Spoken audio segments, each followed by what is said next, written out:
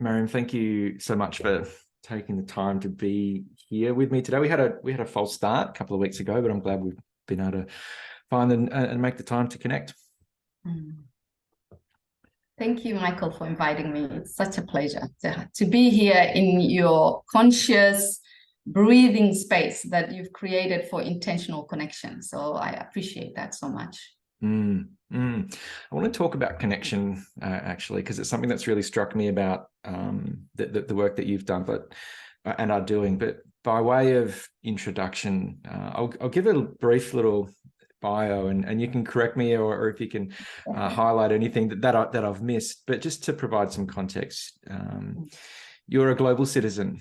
You were born in Somalia, grew up in East Africa, in Kenya, I believe, and lived in the UAE and Qatar for a decade. Now you call Australia home. You were raised by a nomadic woman whose resilience and resourcefulness and resolve was fierce. And then you arrived in Melbourne from your Somali homeland in 1988 with your husband, 4 children, and a 5th on the way.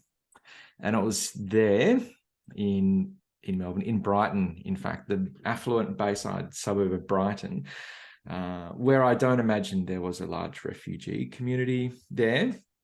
It was there where you're settled. And in your backyard, you co-founded RAW, Resilient Aspiring Women, in 2012, which is a not-for-profit organisation focused on building community and social spaces for women to connect in. There is so much in all of that which I'd love to learn more about, and particularly understand your experience. And but this garden, how did, because as we jumped on the call this morning, you mentioned that there was fruit, there were birds, it was really coming to life. And so you're still there, the garden's flourishing. Tell us a little bit about how that came about. Well, thank you, Michael, for such a humbling and beautiful, introduction. And yes, I'll correct you a little bit. I came with my husband at the time, but he's my ex now. Sort of feel like I'm a free woman. I'm just, my children are all adults now, and I'm just navigating life as it's a space that I don't really yet know myself very well. So but it's a very exciting journey. It's another phase of my life. You can see the butterfly is actually my totem, and it is on the cover of my book, A Resilient Life. The book also was launched in 2012, and my son is a graphic designer, so he designed that butterfly. And he said, "Mom, the left wing is when you came, because it's, as you can see, it's not quietly formed, and then the right wing is now." He says that you are now whole and complete. And I love that analogy. And I think that's an analogy not only for me, but for humanity at large. Like, as long as we're living in this world, I think we will always be, forming and evolving and becoming more. So that at the beginning, I was like, oh, I don't like that wing that is, sort of not formed. But I kind of now understand it's a deep, deep analogy.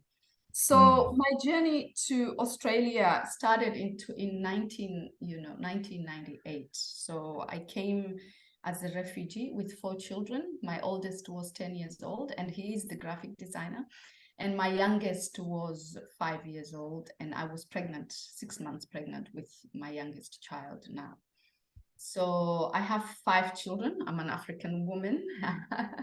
So 3 boys and 2 girls. My oldest is now 34, and my youngest is 24, turning 24 in Feb. So my story is actually really huge, and I do have, compacted in my autobiography, A Resilient Life. And of course, if people want to know more about me, then they can, purchase the book.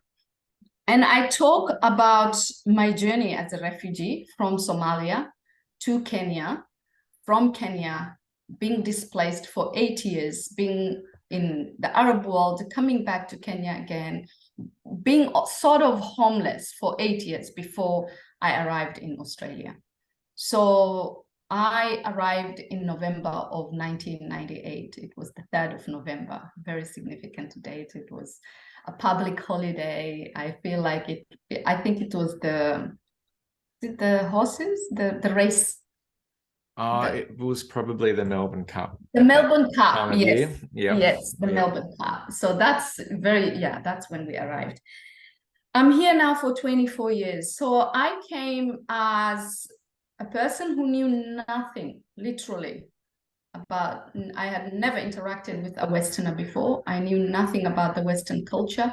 I could not even differentiate, what a Westerner is. A white person to me was a white person. So that was it. And then I was a very lucky refugee, though. I came through the reunion visa, which meant that some of my ex's family was here and they lived in Bentley, and that's how I ended in Brighton. And we were, the system put us in a home, seamless. Our transition was really seamless. And I'm speaking from hindsight because I've worked with refugees, I've worked with the asylum seeker system, and I've seen how things have worsened over the years. And so I do consider myself a very, very lucky refugee. So having said that, my journey wasn't easy. I think my real transition into the Western community and being in Brighton was the hardest bit of my journey, even, if I compare it to the war, because when I was back home and I was going through the challenges that I was going through as a refugee, it was in the context that I was among my family. Many people were going through the same challenges, but here I was all alone in the challenges because I came to a community that didn't know nothing about me, and I knew nothing about them, and there was a lot of fear. It was sort of a them and us context. And I didn't want anything to do with them, and they didn't want anything to do with us. And I remember, the introduction of my next door neighbor knocking on our door one night and going, hello, your children's ball is in my courtyard and my dogs dig. I don't like that. Could you not let them do that again? And by the way, my name is John. I'm your next door neighbor. And I feel like we were watching Neighbours at the time. And I was, whoa, what is this? So having come from a communal culture, that was not an interaction that I was expecting. That was not an introduction that felt comfortable for me.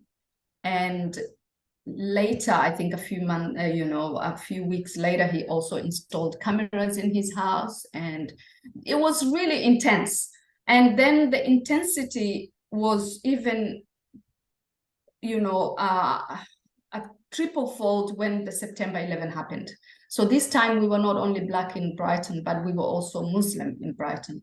And at that time, I was I was a covered woman. I was practicing, very in the practical Islamic sense, and I was still wearing my cultural gear. And so we became very fearful when that happened, because a lot of people don't say much. They make assumptions, which is the worst part, because when someone directs a certain energy at you and you cannot defend yourself, but you can feel it, that's really hard. You don't know how to, react to that. So I took my children out of the Islamic, out of the normal schools into an Islamic school, which was a 40-minute commune, a private school that we could not afford. And all that was just, the turmoil of fear. And I think the penny dropped, or the trajectory of a change happened when my 4-year-old daughter, who was born in the heart of the community, reached kinder. So I thought, well, she's a child, I'll just take her to the normal kinder, nothing will happen to her. And when we kind of were received with a frosty, nothing bad was said, but it was a frosty reception. And when we came out, she asked me a question that literally changed the whole trajectory of our, of our life. And she said, "Mom, did they not want me because I'm Black?" And I realized then that, whoa, our fears have gone really way deeper than I had realized. And that this was not the kind of life that I wanted for my children. It was not what I came here for. I think refugees come for an opportunity, for settlement, for starting over. And I realized then that we were in two parts. One part of us was here in this community, but another part of us was at home, back home. And that's where that was home.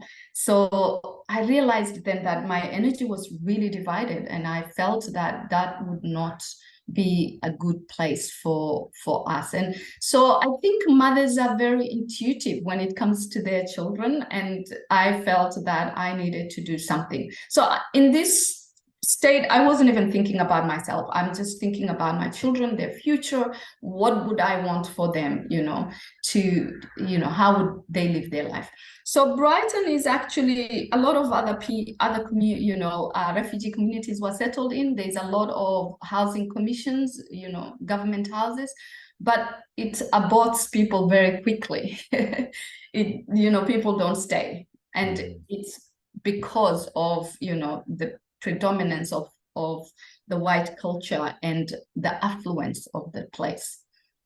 And for me, I had to look at it and say, well, do I want to live in a place where more of my community is, or do I stay here?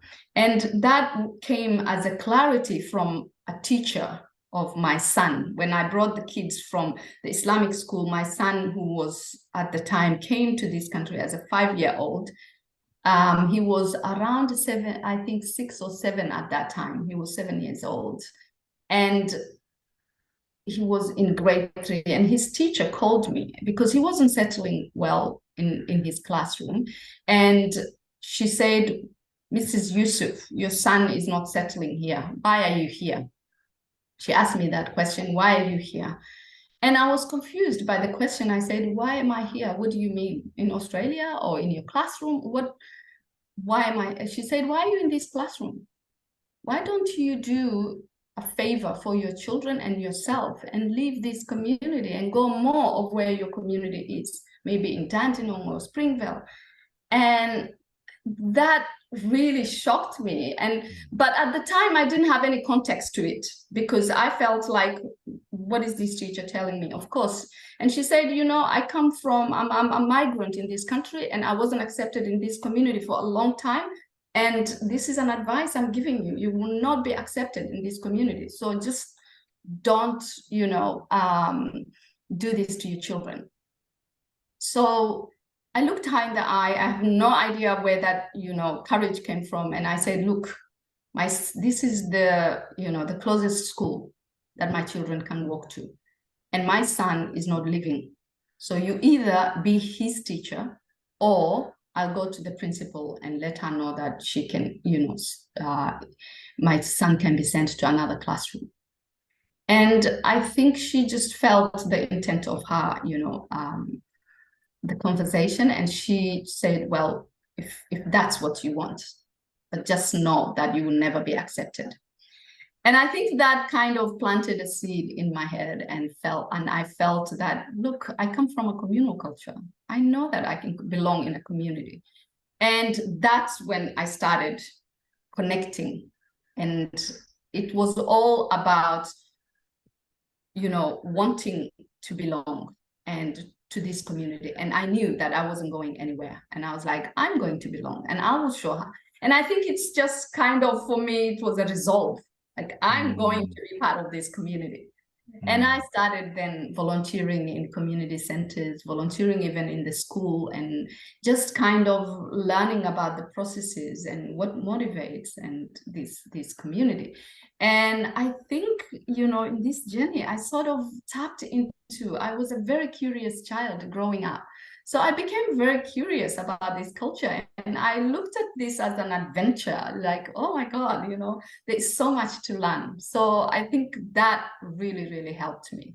So I sort of let go of my, the victimhoodness and I just tapped into that curious space and just wanted to know.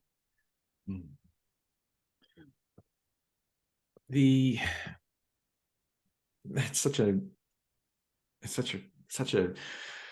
hard thing to, I can only imagine how hard it is to be told you don't belong, not only implicitly, through people's behavior and through what's not said, but to be actually told this isn't a place for you or your son or your family. I'm really inspired by your response to that, which is to have the resolve to say, no, I'm going to create connection and community here. And the way in which I'm going to do that is to become curious and to learn more about the situation that I find myself in and that you've found your family in.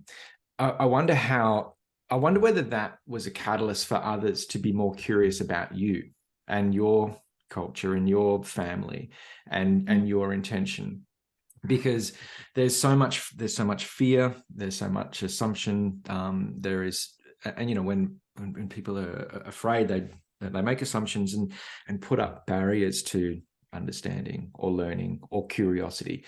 So I wonder whether that curiosity of yours was a catalyst for others to sort of become more curious about you, which might have then been a step towards creating more connection and community.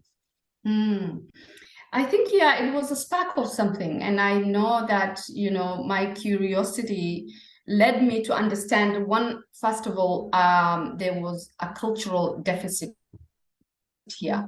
I understood that culture is a currency and that my currency was deflated in this environment, that I could not buy anything with it because nobody knew it. So I took it upon myself to kind of strengthen my currency. And I also realized that I was given a currency that I didn't know how to trade with. The currency that I was receiving from the current community was one that I did not understand. And sometimes, the depth in which what I understood was that, we think language is words. We can communicate, Michael, but the language carries vibration. It carries an understanding of something. And when that understanding is not there, I remember, being invited into the coffee culture and sitting with mothers, and having coffee.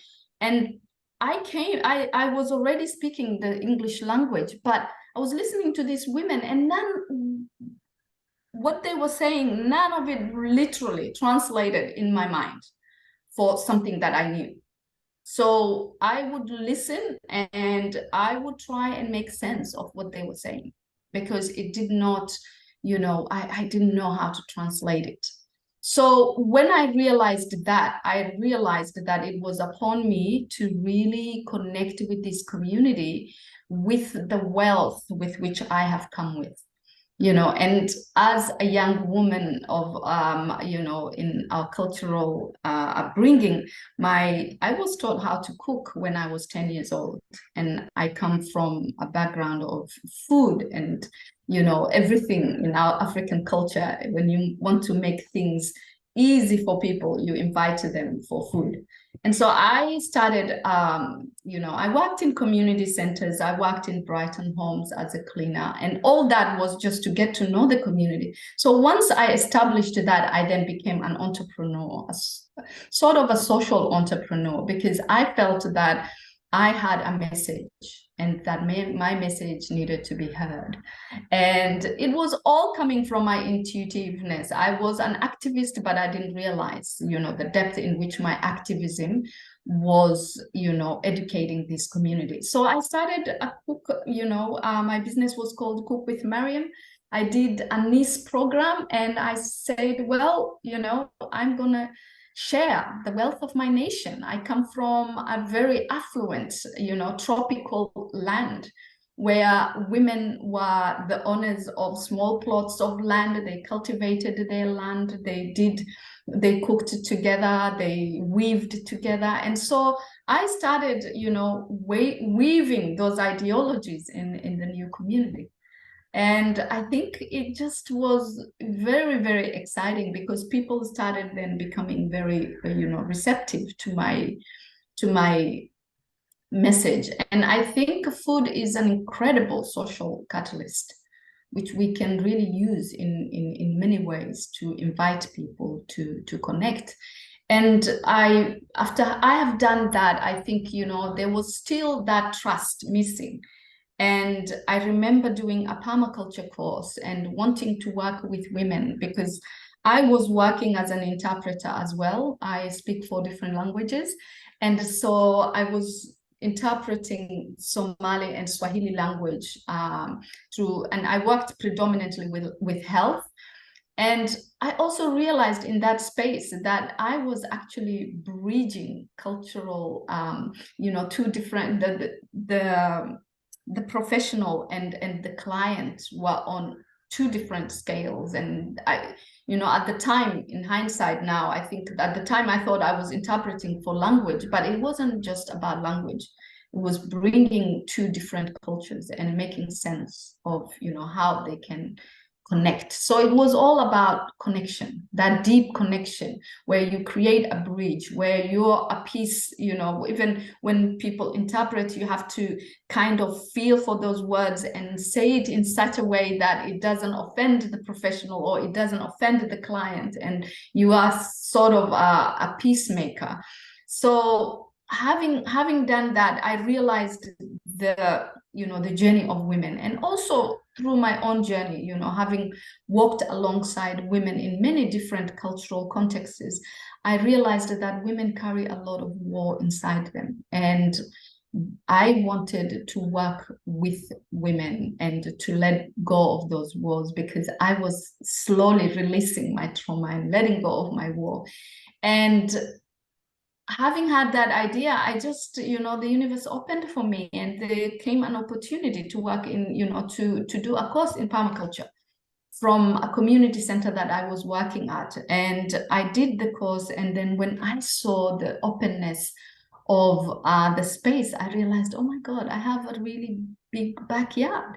Why don't I use that as a resource, So I think in this journey, I became resourceful in understanding that the resources are actually within us. The reservoir of resources are within. All right. Okay. Fingers crossed that we don't have a situation like we just happened. So for those of you who are listening at home, my computer just shut down and went blank. And so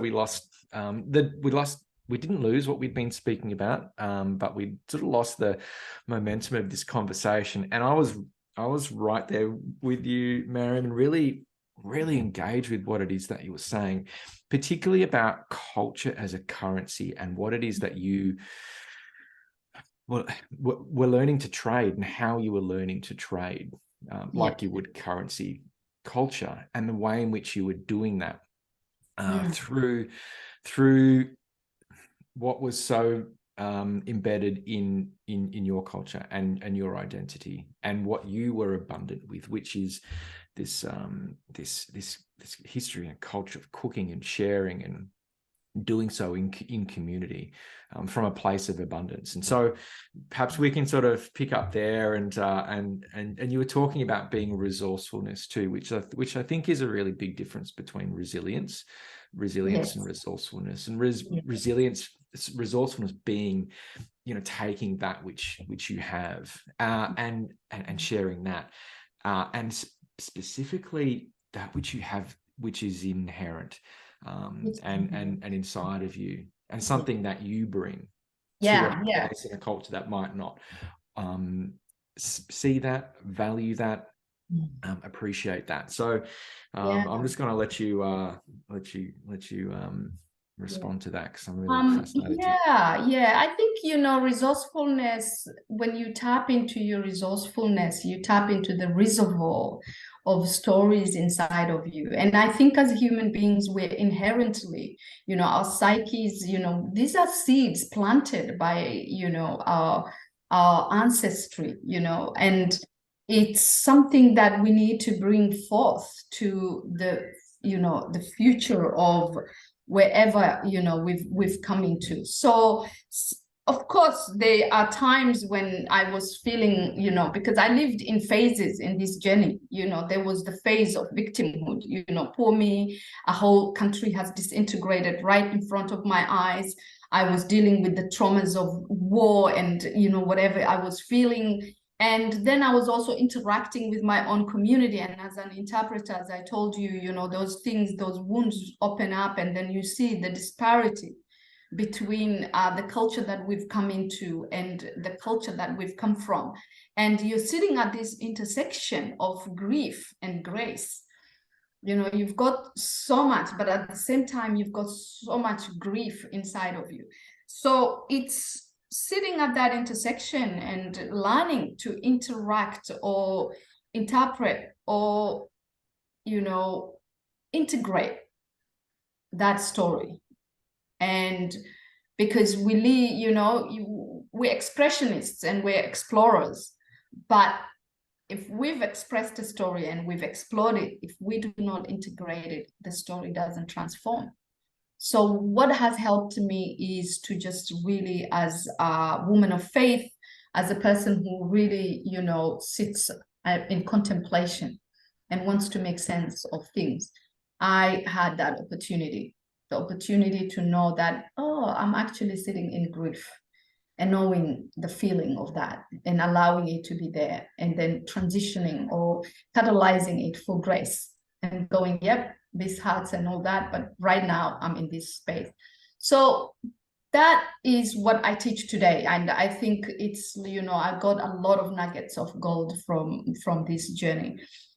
So once I started interacting with the community from a place of entrepreneurship, I became a real entrepreneur of real time and space, and not entrepreneur just in material form and all that, but innovation. Like I became innovative in my journey, very creative. I learned that creativity is what makes us tick. It's what makes us really love life. And once I started the garden, I finished my permaculture course. I invited one of the women that I did the course with, who did the, supported us in designing our garden. I just started doing the work. So I had no idea, honestly, Michael, how this would turn out, but it turned out to be a very timely innovation where people were ready for community. It was 2012, December of 2012. And I just reached out to people, and it was I was so heartened by how a lot of women and men came together to make this project happen. And I became like a magician, honestly. Like I would ask and it would be just delivered. It was crazy. And I think that comes from the power of intention. When your intentionality, you're intentional with what you're doing. And I wanted then to make the space a not-for-profit organization, this organization, and I didn't have a name for it. And then I had a dream. The name Raw came in a dream. And I woke up 2 a.m. literally and wrote down RAW. I had no idea what it meant. And in the morning, it translated into resilient, aspiring women. But if you read Raw backwards, it's war. So that was a message for women to stop the war inside and to tap into their resilience and aspirations. And I think it was my journey as well. And I realized through this that women truly are the conduits of compassion and the womb of creation. So when we let the wars and everything that we see outside of us is the war that is the atrocities that are committed against women. Because I have seen whenever a war happens, whenever something, it's women and children that are impacted greatly. So I was like, well, if then we are the conduits of compassion, because we are always, even in that, tumultuous spaces, we stand up and we're in service always. I'm always thinking about my neighbors. I'm always thinking about my children. I'm always thinking about others. And so that's then when I realized that, oh, I want to work with women, and I want my message to women to really be very impactful. And so the journey of the Raw Garden is a journey where I'm bringing the wealth of my community, the Somali community and the African community, which is about hosting. It is the power in hosting. My mother always used to tell us, you know, if you can host someone in your heart, you can host them in your home. And honestly, what she meant with that was to just let go of, you know, people will wrong you, and they, you know, learn to forgive and to let go and invite people in your heart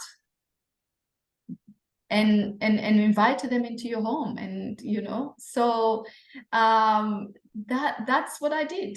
I invited people into my home, and I created this space that is at the moment really, really beautiful. And it taught us as a family that there exists a family beyond blood relations, and that family is not just your biological one, and that you can have people around you and that support you in your dreams, that care about you.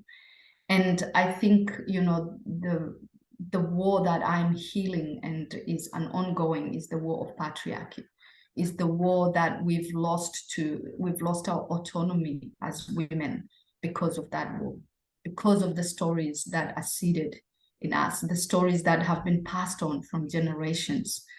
And I think it's time that, you know, young women, older women come together and sit in this intersection of grief and catalyze it for grace and let go of the patriarchy from inside, because this has become a system now that is ruling us from the outside. And this system cannot be dismantled from the outside. It can only be dismantled from the inner world. And the inner world is where, you know, is where the reservoir is. And the outer world is just learning how to be resourceful and to just get your resources and bring them out and create and design and mold and shape the stories that we want the world to be about, to imagine a greater world for each other. And I think, you know, sitting in my, you know, in that intersection of grief in COVID, in the time of COVID, which I was going through, because I had let go of a marriage of 32 years. I became an empty nester, and that is a lot of grief. There were so many things that I needed to really resolve in that space. And I think that has given me now, as I feel, the resolve to the new world. I don't really think that I'm the same old woman that, you know, had come from all those experiences of adversity. I think I'm now a new, you know, emerging leader who is wanting to lead in a different way. And I think we are all emerging leaders in this platform of the new world that has emerged for us after COVID. And to learn new ways in which we can make things happen, to let go of our transactionary, you know, way of life and become more communal and more collaborative and more innovative in the ways that we can create a world that is just and compassionate for all. I think, you know, I come with the Ubuntu spirit. I am because you are. And that is the spirit that is needed in these times. And I think we know it inherently. We've been craving that for a long time. And I think that the seeds have now germinated and they're here. I could not agree more. And you are the leader for a time when we need the wisdom, the embodied wisdom that you have to share, and the lessons that you teaching and sharing from your lived experience are some of the most important lessons we could be learning right now. And I personally thank you for just your willingness to share, and for what it is that you've had to go through in order to be in a place where you can share these lessons now, particularly from, when it comes to the internal patriarchy and dismantling that. I love how you approach that from within first, as much as we, and particularly people like myself, middle-aged white men, have a responsibility to do everything that we can to dismantle it, both internally and externally, so that it's not something that everyone has to endure in the way in which they have.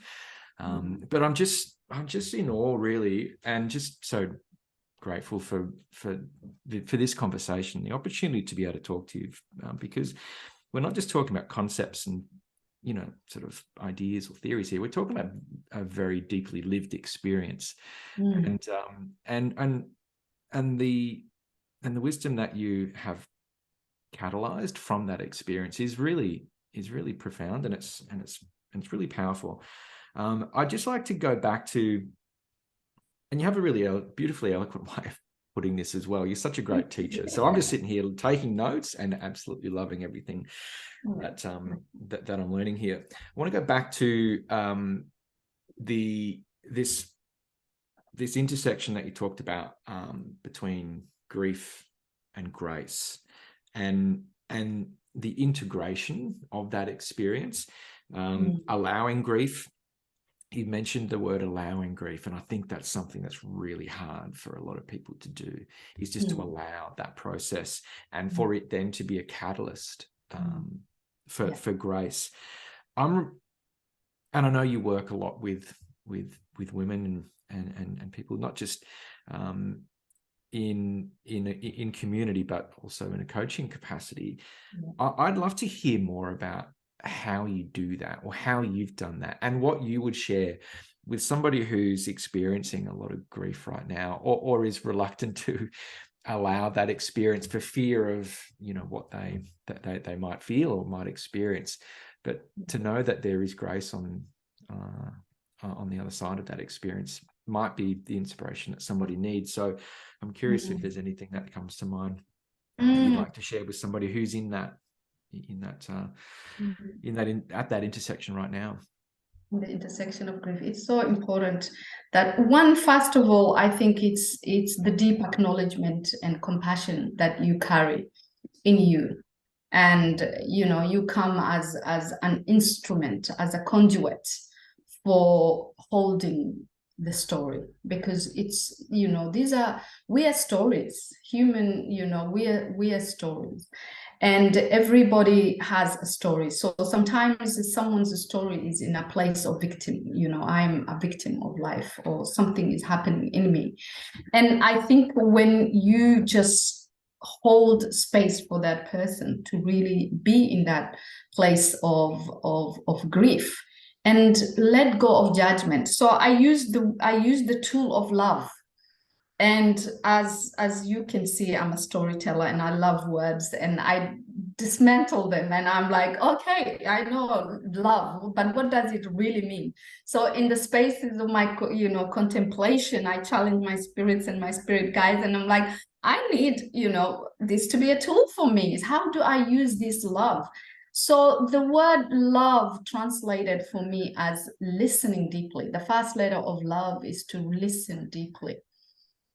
The second letter is to observe with no judgment. And the third letter is to validate. So what am I listening to, observing, and validating? The E, which is the emotion. So when someone is feeling a certain emotion, if you can give them a space to listen to that emotion, to really listen, and to observe with no judgment, and to validate their emotion, then you've loved them. And literally something in their energy moves. And if somebody was, for instance, I'll give you an example. If someone was really angry and they came at you and Michael and they were really angry, And you just gave them that space to listen, observe their anger with no judgment, and validate it. That person's anger will literally transform. It will go, whoa, you know, and they will sort of make an apology to you, and they will say, oh, Michael, I didn't mean to be that angry with you, but this is what is happening. So it even allows them to see what is happening. So imagine if you can sit with yourself then, and you can let that happen when a certain emotion comes, and you go, oh, actually, this is what I'm feeling today. And you sit with it instead of letting, you know, not wanting to feel it. But if you just felt it, you validated it, you had no judgment for it, and you just listen to that emotion, it will move through your body. So we carry a lot in our bodies, and it's so necessary for us not to be just triggers, but to really have the ability to respond to these triggers. What is happening in my body? What am I feeling? And I think we've lost that because there's so much noise outside of us, so much noise, and it's sometimes intentional. We're not supposed to wake up. We're not supposed to feel deeply.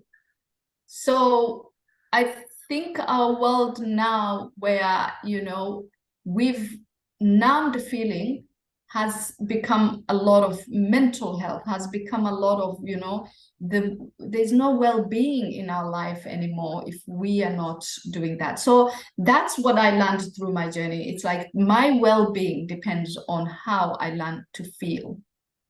And emotion is an incredible, you know, tool to allow us to know what we are feeling and to transform our, you know, whatever was supposed to manifest, you know, comes in emotion first. So when we reach it at that place of emotion and we, you know, work with it, it doesn't have to become a physical reality. So that's what I would use. I use the tool of love as a coach to really sit and hold that space for people and to really love them and allow them to feel what they feel and to regulate that, their energy. Because everybody has the capacity to transform their story. I love that as soon as you mentioned, you know, the tool of love, the first thing I thought of, well, that's great. It's a tool, but a tool in and of itself is only as useful as when and how it's used. It in and of itself is, you know, it has kind of potential and some latent value, but it's not until you use it that it actually, you know, has an impact. And so, you know, I was going to ask, well, if it's a tool, how do you use it? The fact that you've, you know, have, and love is an acronym which translates to these, you know, these stages, is such a great framework to use, because I think it's love, when we talk about it, it means so many, and you talked about language earlier on. It means so many different things to different people and in different contexts. And so knowing, you know, having a framework with which you can apply it is really helpful. So thank you for sharing that. Again, I've taken some notes here, and we'll really look forward to reflecting on that and how I can incorporate that more into relationships and communication. Something that comes to mind is learning to do that for yourself as well. Because you mentioned that we're not supposed to feel deeply, you know, or that it's not encouraged, and that it's a language, or it's something that we have to learn. And I can certainly relate to that. You know, you mentioned before about culture being a currency, and it's, you know, it's something that we need to learn about and understand in order to appreciate its value.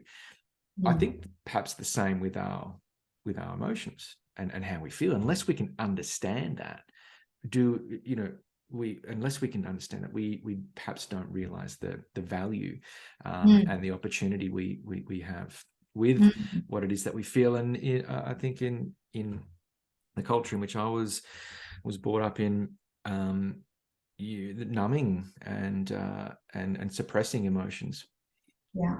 because we don't understand them was pretty common. So there's an opportunity to learn how to do that for ourselves first. I wonder if that's something you've learned to do, or whether that comes quite naturally to you, and that's something you help others to do now. Well, it does come to us all naturally, but the pain, I think, you have to go through the pain and to unlock these, spaces, because we're sort of guarded. Like when, especially, in my case, when you've been through a lot of different adversities, you learn to guard yourself, and you don't trust others. You don't trust yourself. I think when you don't trust yourself, when you don't love yourself, then what do you expect the outer world to be? The outer world will translate all that, and it will show you. So the patterns show us, the way we live. How are you living your life? What is, your life like? And I think not many people want to know that. Like, we're doing this, we go through the same mistakes over and over again. There's a beautiful analogy that my mother was, as I told you, a nomadic woman, but also she was a weaver. So, and she was the storyteller. I come from a really deeply oral culture.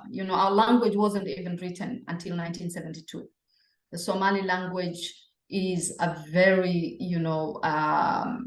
important in its oral culture. And that means then, stories are told at stories, riddles, that's what we use. So my mom, whenever she started a project of weaving, especially weaving a mat, she would call us and tell us a story.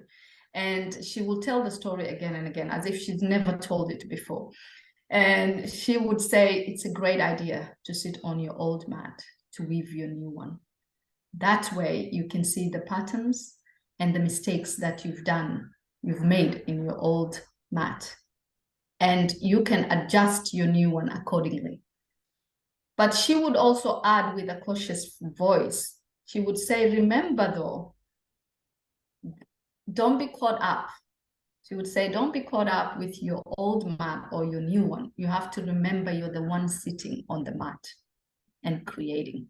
So that was an incredible analogy and a seed that my mother planted as a story in my mind, that in reflection and in the years that I needed that analogy, it came to life for me. And I knew every time that I was sitting on an old mat to weave a new one. And although it's metaphoric, you can just feel how powerful that analogy is. And I use it today, in every context, when I'm working with young women, or I'm speaking as a keynote. I use this because it's so powerful and so potent in these times, to sit in our old mats to weave a new one, and to do it as a reflection of our past. It's the intersection of our past and our future, that we are the creators sitting in this present moment. So it's so timely. It brings us back to the now. And whenever you're working with a client, if you can remember that, there is a past, there is a future aspiration, but we're always in this timely now. So being present. So that makes you, one, a good listener, brings us back to the listening. And it allows you to be a great observer. And it can, support you in validating other people's experiences, and not always just thinking about, my story. So it's, again, the Ubuntu spirit of I am because you are. And it brings us to this deep context of being human, but also being spiritual, and learning how to do the dance with the two worlds, knowing that we have an internal world, but we also have an external world, and that we are the creators at every time. And curiosity, resourcefulness, and connections help us, to do these things really in a deeper and meaningful and fulfilling ways. Yeah. Oh, wow. I'm so grateful for you sharing some of these stories and lessons from your mother. Isn't it a shame that, I mean, increasingly, I think, and certainly in my experience, that the wisdom of our elders is being lost, and the opportunities to share that wisdom are less. I learned so much from my grandmother and my mother as well. Still, those lessons are timeless, and they're really universal. But I feel like there's less opportunity for young people to access the wisdom of elders, and the stories and the metaphor, particularly the one you just shared around the old mat and the new mat, is really timely. You mentioned timely, but I think about what's happening in the world as we transition from a, really uncomfortably and in a really clunky way from the old world to an emerging new world, which we don't really know what that's like yet. And to reference the analogy of the butterfly that you started this conversation off with, it feels like collectively we've just gone into this chrysalis stage where everything's kind of dismantling, transforming. We're in so much uncertainty, and what we're emerging into hasn't really become clear yet. And there's a lot of discomfort, and on most people, myself included, really I don't like to sit in that uncertainty because it makes us fearful. We fear what we don't know, but that lesson of sitting on your old mat while weaving your new one, and being present to both, being present to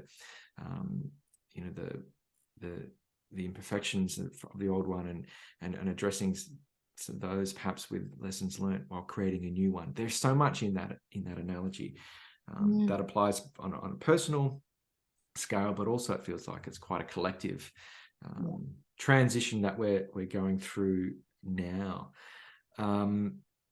What is your perspective on that? And I feel like some of these lessons that you've experienced, that you're teaching now, are really timely. So I'm wondering if there's any perspective you have on how we might negotiate this real time of uncertainty as we transform into hopefully something better. I think it's aiming to be elders, people like you and me, because we've got a lot of old people, but it's very hard to have, we don't have many elders these days, because if a story is not integrated and transformed, then you do not become an elder. And because of, the nature in which we work, especially in the West, in the nature of life, and it's just all about work, work, work. And then you realize one day it's time to retire. They call it retirement. And then you're put into a retirement home. And there's, your story has never been integrated. And stories are integrated with pain and with, connections, deeper connections with community, with children. Like, I was so surprised to see when I worked in community centers, when I worked in aged care centers, I was so,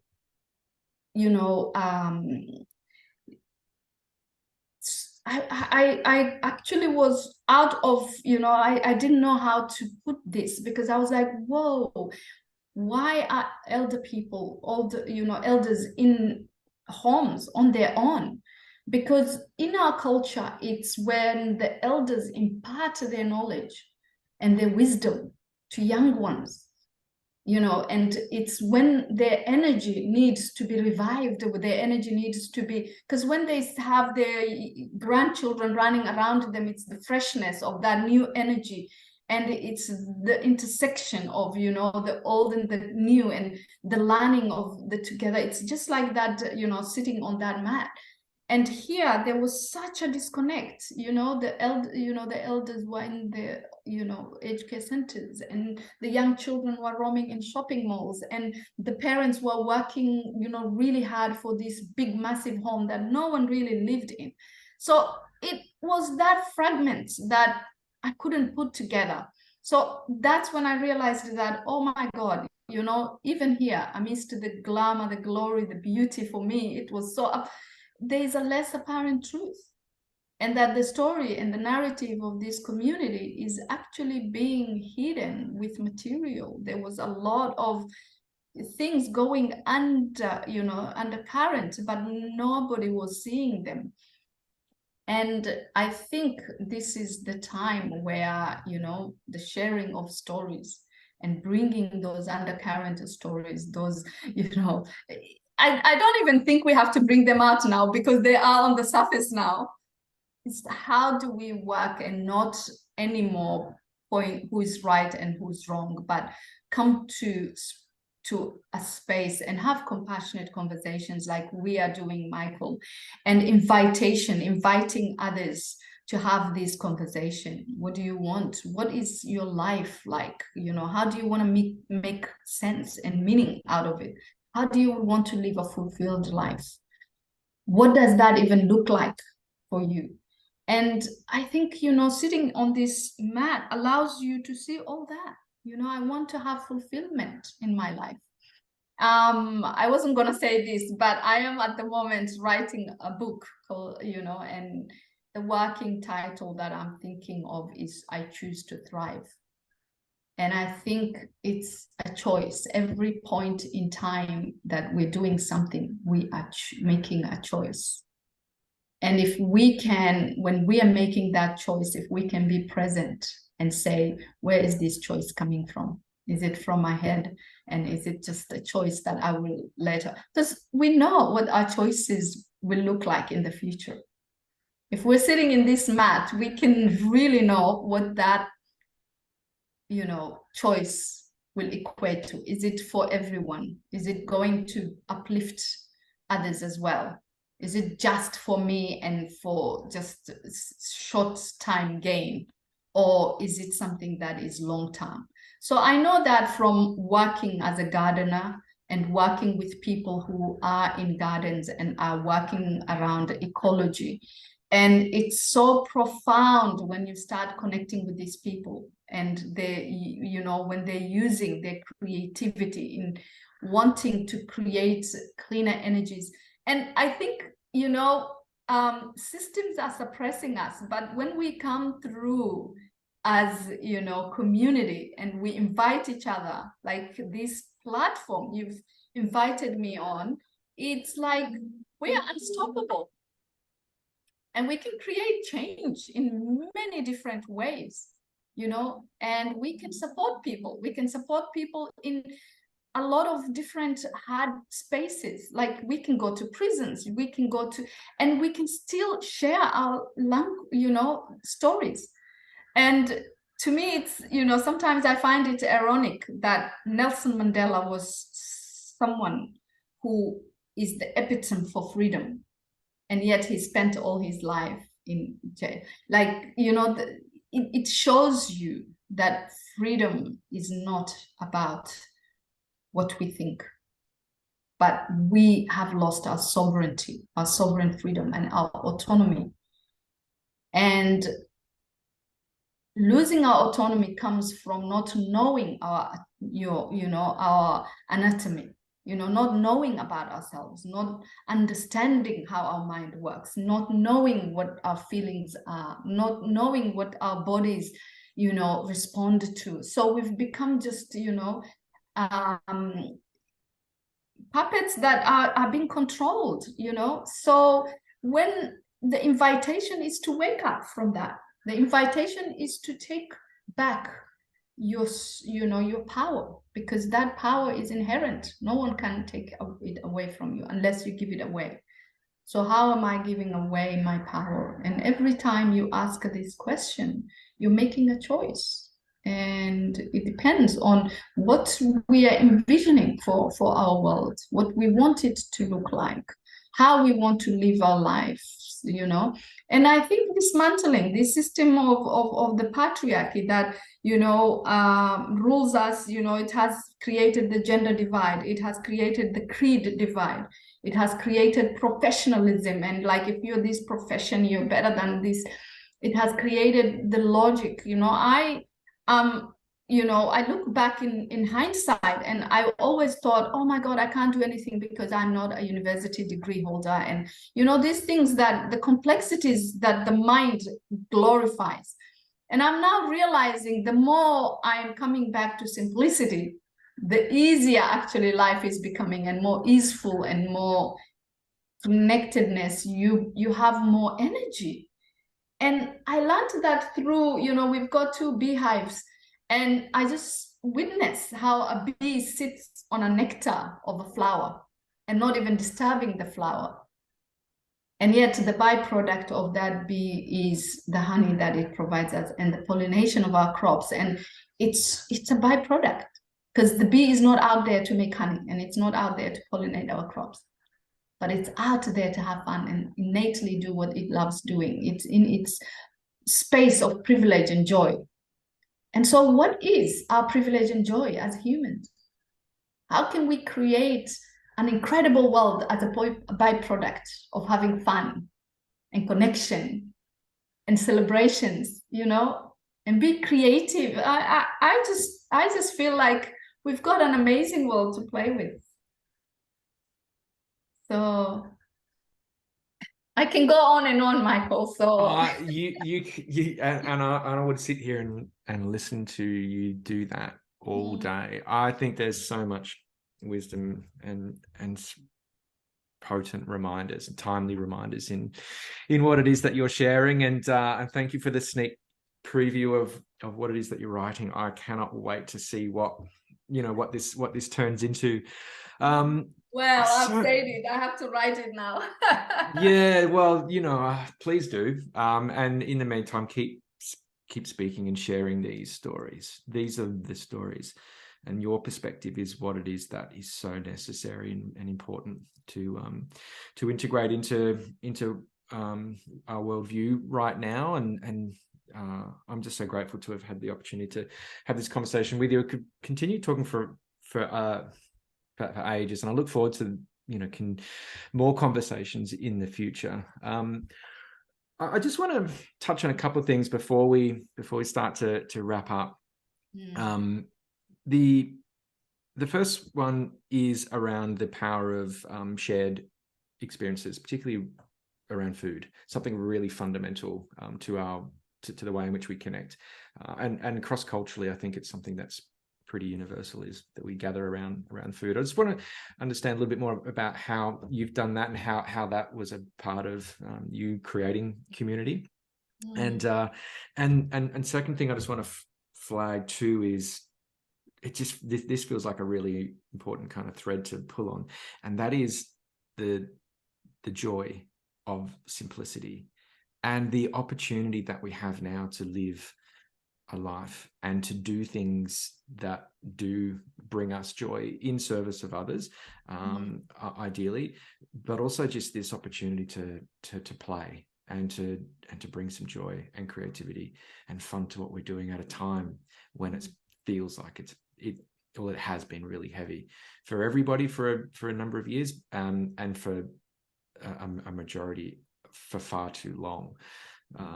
So yeah, I'm going to leave that up to you to see where you'd like to take that, but I'd love to hear your thoughts. Yes, I think, when we look at the world in a larger, because we look at it and then we feel the heaviness because it's just so overwhelming. And especially, the information that is coming through, the information of the adversities that are happening in the world. And I think, when you're in the adversity, it's actually a calling and an invitation for change. And it's change happening. It's sort of a forced change, and we don't like forced change. Our systems shut down when the change doesn't come from us, that it's forced upon us. But it's a seed of potential, a seed that can have thousands of trees, and it's its inherent potential is to create differently and to look at it. And I think, we can look at, at the moment as we are speaking here and we're sharing our message, with others. It's a collective consciousness, which means that we can do it together. So it reduces the overwhelm. And when you're doing it on an individual level, it's doing it intentionally. So for me, I wake up every morning intentionally, sitting on my prayer mat and sending love to the world. Because sending myself love first and feeling it, so when I am feeling it and I am in that space of connection, then I can send it to the world. So my idea is to really start our days with intention, the intentionality of connection and deep connection with ourselves. And then the byproduct becomes that we naturally connect with other people. Because when you connect to yourself, it gives you respect and reverence for self. So when you have that respect and reverence, it's very, you cannot hurt someone else, or you cannot disrespect someone else. You revere not only the human, but also the planet. So I think learning to have a practice to wake up and do that, and for it to be intentional and a choice that I intend to really connect. The second thing I think is to, once you do that, I think it opens up your creative ability, and to say, what is it that I love most? And what is my creative joy? What is calling me? Because as I use the analogy of the bee, the nectar calls the bee, that flower. And if we look at it, the fly is called to the it has another way of a different calling, but they both enjoy what they do. So it's, how do I find my nectar, and how can I connect with it? So it's finding the unity between your mind and when the mind is just so kind of full of thoughts and all that, but if you can allow it and you can hear your mind and you can be the director of your mind through your heart, the emotions and the feelings, and whatever you're feeling, to say, what am I thinking actually? Why am I feeling this way? What are my thoughts? And then using your hands, the power of activity, and your body, and knowing that your body needs to move, your body needs certain kinds of food, because having that respect and reverence for self, and doing things that that you become an embodiment of fulfilling lifestyle. And it's not an easy thing, because we are conditioned. There are so many programs running in us, and it's about, I think, learning how to transcend these programs. How can we transform them and transcend the lethargic habits that we've created around us, and make our use of our time in a meaningful way? And that meaningful way doesn't have to be from an outwardly thing. It has to come from your inside. Like, what's meaningful for me? So this morning when I woke up, and my meaning was to speak with you. I haven't, I don't think we met in person, but I was so excited because we'd communicated through sharing information. But I was really looking forward to come to your platform. And so every day is different. Another day I will be called by, I'll be working in my garden, or I will, I leave this bubble right now here, I can go to another bubble. So learning that our life is made of these segments, and how do we create these segments and not overwhelm ourselves with the world, what is happening in the world. And I think as you're taking charge of these segments, you're actually adding to the world. And you're adding to, the beauty and the love. And when it's intentional, it's incredible. It's incredible when it's intentional, because I walk, I'll go for my walk and I just see other people, and not one person will walk by not saying hi to me and with a big smile, because I carry that smile.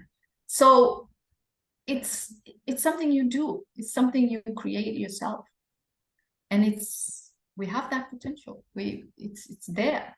So how do we work with it? That's the only question that we need to ask. It sounds like when you ask how do we work with it, after the intention comes a letting go, almost, to see where you're guided. You mentioned, I love that, this phrase, the nectar calls the bee, and to be present enough to know where it is that you're being guided to, as opposed to being fixed on what it is you think you should be doing. And there's a real difference here, which I want to ask you about when it comes to intention versus like the intention that you have. And I want to know what that is. So when you wake up and have an intention, how specific is that, and how tightly do you hold on to that, as opposed to going, well, I have an intention for today, here's what's going to happen, and I'm going to just step through those steps and make sure everything happens in the way in which I planned it out. I want to understand a little bit more about what intentionality looks like for you, and as a process, how do you do that? Yeah. So my intention, it depends. Like with prayer and meditation, I have a 40-minute meditation every morning. And that intention for that meditation is actually sitting in the gap. And the gap, GAP, is an acronym for me. So I intentionally sit in grace, appreciation, and presence. So I am in grace and present and appreciation and present with the wholeness of who I am. So it allows you to really center yourself.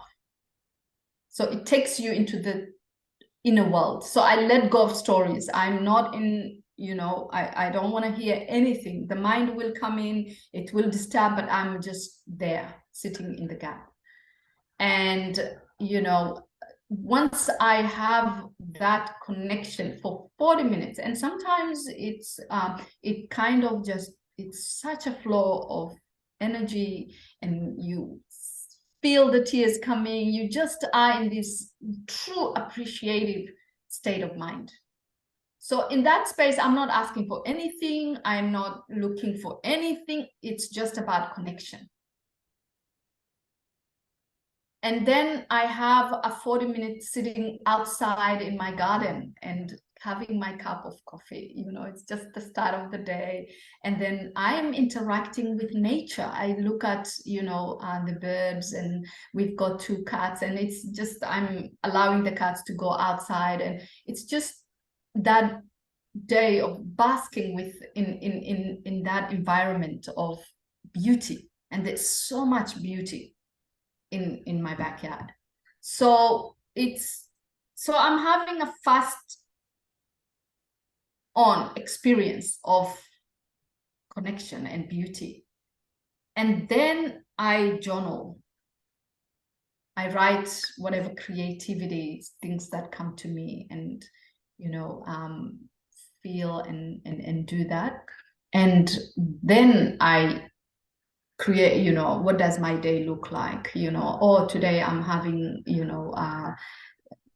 conversation with Michael, and then I look at it. I didn't actually prepare anything, but I just looked at your dot points of like, we will be talking about resilience and connection and all that. And I'm just thinking, well, I would love, I wonder, and I go into this part of, wonder, spirit of like, I wonder what our conversation is going to look like and to feel like. And so I just go into this conversation before I've really come here. So I've projected myself in there, and I wanted to feel how it's going to feel. And I knew it was going to be great. So I just felt it. And and I knew that, whatever timely, wisdom that is needed in this time will come in. So we don't, it's going to flow with ease. And I'm a big believer in that flow. Like, this is a stream of consciousness that we are just bringing. We're just conduits. And the conduits of flowing compassion and love to the world. And we are, putting this forward to our listeners as well, like to really for them to take something, a tool or something that they can use in their life, or whoever is listening, their energy can be eased in such a way that they can tap into their own resilience, their own connections, and they can feel something that will invite them to wake up to themselves and to have that respect and reverence for who they are through through you and me, and having this wonderful platform. We did think we were going to meet, in person, but it didn't work out. So this is how it was meant to go. So that's, yeah. We are, and I love spontaneity, because spontaneous action is what I do. I just feel something and I just go for it. So spontaneity is something that I really, really love and mostly create from. And, and it allows you to learn how to trust as well, to trust yourself, to trust the universe. And again, I have an acronym for trust, which I won't share today because my acronyms are just becoming too much. And I will write it in my book. So these acronyms are tools that I use, and the acronym of trust is actually, I anchor my love with trust, because I love Rumi's. Rumi is, a poet that I really, really deeply resonate with, and he talks about love, and he says, "Do not look for love because you are love. Just look for the places that you withhold it." So when we look for the spaces that we withhold love and we flow that love, it can be anchored with trust. And love needs that anchor. It needs you to trust that you are love, and that you are loved, and that you can give love unconditionally. We don't have to be stingy with it. It's unconditional, it's unlimited. So we can allow this energy to flow freely into our world, because it is needed, and we have the capacity and capability and the resourcefulness of flowing this love to our community, in our communities, and in our homes, and in our planet, because it's really, really, I think, what will bring healing to humanity. I could not agree more, and I'm so, that's such a teaser to drop that trust acronym and not share it with us yet, but I'm actually glad that you're not, because it just gives us something to look forward to learning and reading about in your next book. And you've shared so much wisdom and so much of your learnt and embodied wisdom with us today. So I'm so grateful for that. I really do appreciate not just the time that you've spent with me in this conversation, but the intentionality with which you've shown up, and the way in which you've communicated from your heart. And it's been such a timely reminder for me. And I've got pages of notes here which I'll be going back and referring to. And I really look forward to sharing this episode with everybody, and as many people who have the privilege to listen. I'd just like to ask you a couple more questions. I have a final question which I'm going to ask in a moment, but with everything that you've learned and with everything that you've experienced, and using the analogy of sitting on an old mat as you weave a new one, I'm really curious about what it is that you're intentionally weaving and creating now, and what is it that you're inspired by and lit up by and looking forward to creating at this point in time. Yeah, so I'm writing one the book that I told you about, but secondly, I just really want to share what I have learned, because I've been through adversities and challenges, and I don't think that everybody has to go through adversity or challenge to really become wise. So my idea is to really coaching is such a potent tool to use to, unlock our potential. And for me, it's like what I would love to use to unlock especially women's potentials. I do work with men, but sitting in circles and, using these tools and weaving our new mat together and just creating that. And I have created a really beautiful space which I can work with people one-on-one in the garden. I work with corporate and teams who want to bring their the leadership. I am actually working at the moment on a project called Leaders with No Titles, and bringing leadership.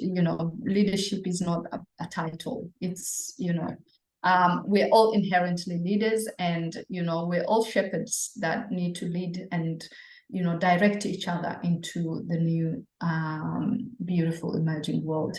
So yes, I work as an executive coach, as a life coach, and as a keynote speaker. I love being on stage. I love sharing my stories, but what I love more is the connection that I get from my audience. And you've been there, Michael, when I spoke at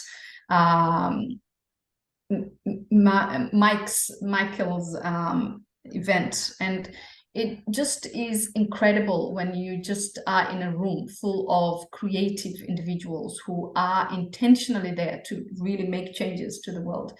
It adds to your, it's a learning curve for you as well. So I'm not only giving, but I'm receiving as well. I'm receiving from these platforms. So I love, speaking in schools as well, sharing my wisdom with young people. I just a few days ago I spoke at with 100 young women. They were called the Lord Somers camp. So I went to the camp and I shared my wisdom, because what I see in those young women is that that's my past. I see them in my past and they see me in their future, and we are standing at this intersection of inviting each other. What is it that I want to remedy in my past, and I see that in those young women. And what are their intentions for their future? They see it in me. And I think that's where that intersection of presence, or of sitting on our mats, gives us. And I did give them that analogy of the mat, and I did let them know that one day they will be 54 years old, whether they like it or not.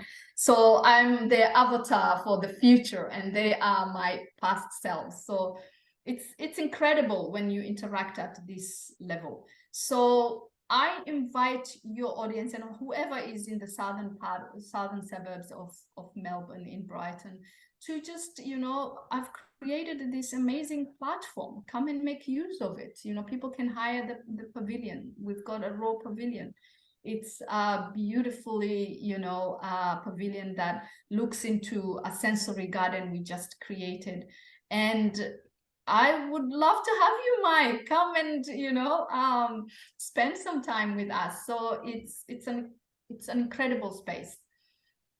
So yeah, I think that sounds I it. will.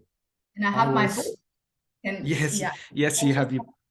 yes, I'm gonna provide links to all these things in there, and ways in which to contact you and work with you in the show notes. So I'll provide all that for everybody, and I know that there are heaps of other people, not just me, who are taking copious notes here to follow up. Mariam, I'd just like to thank you for being such a gracious and graceful guide for us at this time, as we sit on one mat weaving another, at this intersection of grief and grace for so many as we weave new stories. Thank you for being such a compassionate guide to help us create more stories and lives and relationships and communities that are more inclusive and more compassionate. It's yours is the wisdom that we need right now, and I'm so grateful for you sharing that with us. As I mentioned, there'll be links to everything in the show notes for people to stay engaged and continue to work with you and work with your energy too. I think there's something that's really transmuted and translated through even just this conversation, and however people are listening or watching, there's a real energy that is communicated through what you do and how you do it. And I just want to acknowledge you for that and say thank you so much for that. And the last question I have of you is what does a satisfied mind mean for you? It's one that is in harmony with the heart. A satisfied mind is a mind that is in harmony with the mind body, with the physical body, and with the energetic body. And it's in unity and is unified in the oneness of all that we are. You, me, we. Yeah, I think that's how I would translate it. Thank you.